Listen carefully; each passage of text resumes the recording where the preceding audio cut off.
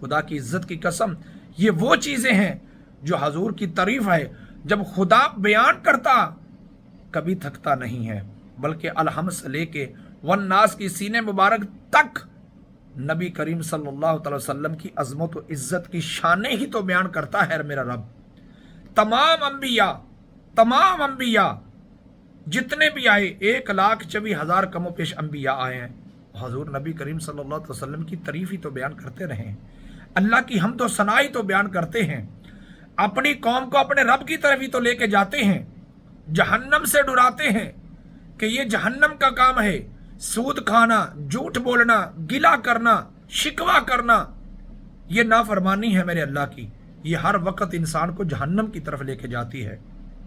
اپنے رب کی بارگاہ میں شکر ادا کرنا، اپنے رب کی رحمت پر راضی رہنا، اپنے رب کے ہر رحمت پر لبیک کی صدا لانی، اپنے رب کی حمد و ثنا کرنا، اپنے رب کی تعریف بیان کرنا، اپنے نبی کی تعریف بیان کرنا، اپنے نبی پر درود و سلام پڑھنا، اپنے نبی کی آل پر درود و سلام پڑھنا، اپنے نبی کی صحاب پر جناب والا صفتیں بیان کرنا، حضور کے نبی کریم صلی اللہ علیہ وسلم کے غلاموں کی تعریفیں بیان کرنا، حضور کے یاروں کی باتیں کرنا. یہی تو میرے اللہ کو پسند ہے. یہی تو ہمیں قبر میں کام آئیں گی، یہی تو ہمیں حشر میں کام آئیں گی، یہی تو ہمارے جو نامہ اعمال میں ہمیں دکھایا جائے گا. نامہ اعمال میں جب ہمیں نفس و نفسی کا عالم ہوگا، ہمارے نامہ اعمال کے بارے میں پوچھا جائے گا، تو جنہوں نے ساری زندگی موبائل کی مصروفیت میں گزاری ہوگی، جنہوں نے ساری زندگی نبی کریم صلی اللہ علیہ وسلم کے دین کے دور سے گزاری ہوگی، تو وہ کیا جواب دیں گے؟ وہ کیا جواب دیں گے؟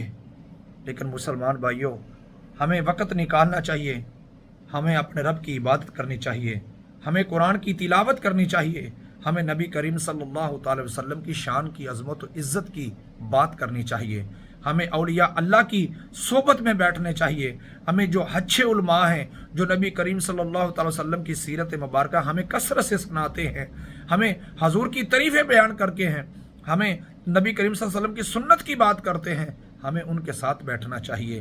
ہمیں جو نبی کریم صلی اللہ علیہ وسلم کے ساتھ نعوذ باللہ بغض رکھتا ہو اس کے ساتھ نہیں بیٹھنا چاہیے، کیونکہ نبی کریم صلی اللہ علیہ وسلم کی جو بندہ گستاخی کرتا ہے میرا اللہ اسے قبول نہیں کرتا، میرے اللہ اسے قبول نہیں کرتا. خدا کی عزت کی قسم اٹھا کے کہتا ہوں، آؤ میں ایک حدیث مبارکہ اپنی تمام اسلامی بہنوں کو سنانا چاہتا ہوں کہ میرے نبی کریم صلی اللہ علیہ وسلم نے فرمایا، میرے صحابہ جی یا رسول اللہ صلی اللہ علیہ وسلم، فرمایا آپ کو پتہ ہے کہ سب سے بدبخت کون عورت ہے؟ حضور آپ بتا دیجئے نا، آپ جانتے ہیں یا آپ کا اللہ جانتا ہے؟ تو میرے پاک نبی کریم صلی اللہ علیہ وسلم نے ارشاد فرمایا، سب سے بدبخت وہ عورت ہے جو اپنے شوہر کی نافرمانی کرتی ہے. حدیث مقدسہ میں آتا ہے ایک رات اپنے شوہر سے لڑائی کر کے سو جائے، ناراض ہو کے سو جائے، چاہے وہ ساری رات مصلی پہ گزارتی رہے، تہجد پڑھتی رہے، قرآن پڑھتی رہے، لیکن شوہر سے ناراض ہو کے سو جائے، اس کی اللہ کوئی بھی عبادت قبول نہیں کرتا. اللہ اکبر، اللہ اکبر. اللہ اس عورت کی کوئی بھی عبادت قبول نہیں کرتا. خدا کی عزت کی قسم، جس عورت کا شوہر ناراض ہے اس سے کبھی اللہ راضی نہیں ہوتا، اس کے گھر میں کبھی رزق نہیں آتا، کیونکہ رزق اللہ پاک نے عورت کے نصیب میں لکھا ہے کہ جس گھر میں جاتی ہے اپنے شوہر کے لیے دعا کرتی ہے، اپنے بھائیوں کے لیے دعا کرتی ہے، اپنے باپ کے لیے دعا کرتی ہے، اپنے بیٹے کے لیے، بیٹی کے لیے دعا کرتی ہے. تو جب وہ عورت اپنے شوہر سے ناراض ہو جاتی ہے اس کی کوئی بھی دعا قبول نہیں ہوتی. میں تمام اسلامی بہنوں سے التجا کرتا ہوں کہ یہ دنیا داری ہے، یہاں ہر قسم کا گلہ گزاری ہے. آپ لوگ یہ ڈرامے، یہ فلمیں دیکھتی ہو اور اس کی وجہ سے اپنے شوہر کی نافرمانی کرتی ہو. میری تمام اسلامی بہنوں ایسا نہیں کرو.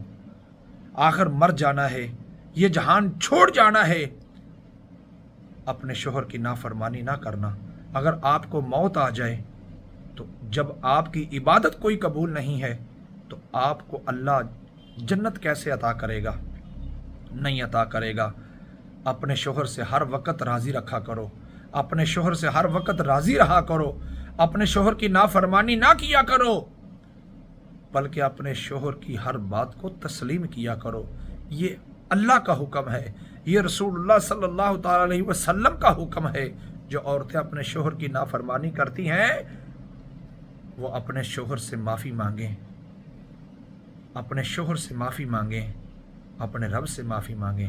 اگر آپ کے شوہر نے آپ کو معاف کر دیا تو آپ کا رب بھی آپ کو معاف فرما دے گا۔ تو دعا ہے کہ رب ذوالجلال اپنے محبوب کی عظمت و عزت کے صدقے میں ہمیں حضور کی ہر سنت پر عمل کرنے کی توفیق عطا فرمائے۔ السلام علیکم ورحمۃ اللہ وبرکاتہ۔